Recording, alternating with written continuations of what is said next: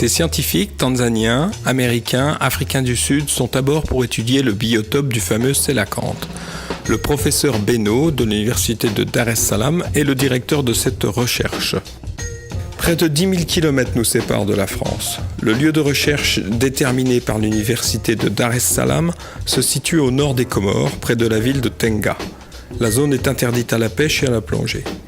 Elle est surveillée par les gardes-côtes et les pêcheurs de la commission de recherche sur les sélacanthes et les dugongs.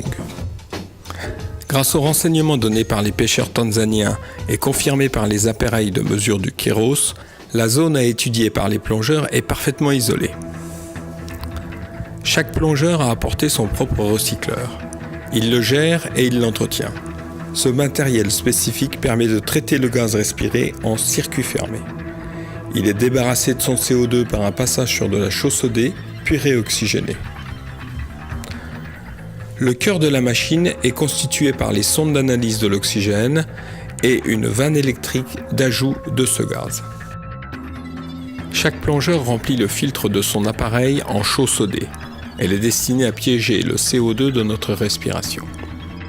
Parallèlement, 2 ordinateurs autonomes et indépendants prévoient la saturation en gaz inerte du plongeur et lui proposent un pronostic de désaturation. L'ensemble de cette phase est préparé et discuté par l'équipe en surface. Un essai des machines est effectué par les plongeurs, puis il est consigné sur le registre de sécurité du directeur de plongée. La plus petite anomalie décelée interdit la plongée. Malgré toutes ces précautions, ce risque est toujours présent. La consigne est d'abandonner le recycleur dès la première alerte afin de respirer sur les bouteilles de secours. Elles sont au nombre de 2. 3 m3 de gaz fond, soit 70% d'hélium et 8% d'oxygène, donc irrespirable près de la surface, et 3 m3 de gaz de désaturation, soit 40% d'oxygène et 60% d'azote, donc irrespirable au fond. Mais à ces profondeurs, notre consommation est très importante, plus de 1 m3 par minute. La sécurité ne peut exister qu'au sein de l'équipe et avec l'aide des bateaux de surface.